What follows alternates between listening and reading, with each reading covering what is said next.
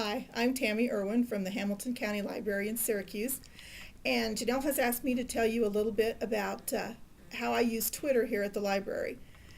One of my jobs here is collection development, and I follow a lot of libraries, bookstores, publishers, and authors on Twitter. And by doing that, I get a lot of information that I wouldn't be able to find a wider variety of books than what I would get from just looking at bestseller lists and catalogs.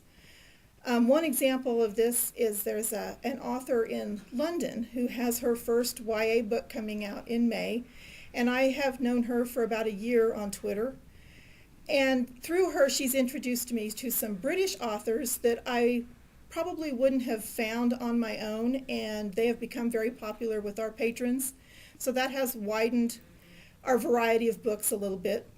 The next thing I use it for is reader recommendations. By looking at the reviews that come from all of these Twitter followers, I know more about books. I can't possibly read every book that comes into the library, unfortunately, but I can learn a little more about them, so when people come in and ask about a specific book, I have a better idea of what it's about than just what comes off of the cover blurb. The other way I use Twitter is by following other librarians, and this expands my resources outside of just Southwest Kansas or the state of Kansas. Recently, we were trying to redo the way that we catalog rotating items, and I was able to ask just a general question on Twitter and got replies from all across the country with different methods that people used, and that really helped us in streamlining our process. And I know the argument to Twitter for the way I use it is that all of this information is available online and I could find it without Twitter, but I find that Twitter sort of puts it all into one spot where I can find it.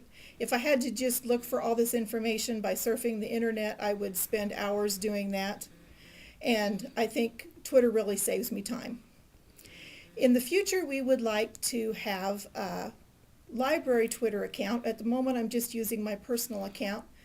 But when we have more people in this area that are using Twitter, we would like to have a library account where we could send messages throughout the day telling people new books that have arrived, what programs are going on, maybe time changes or schedule changes. But we're just waiting for Twitter to grow. But right now, it's a great asset to our library.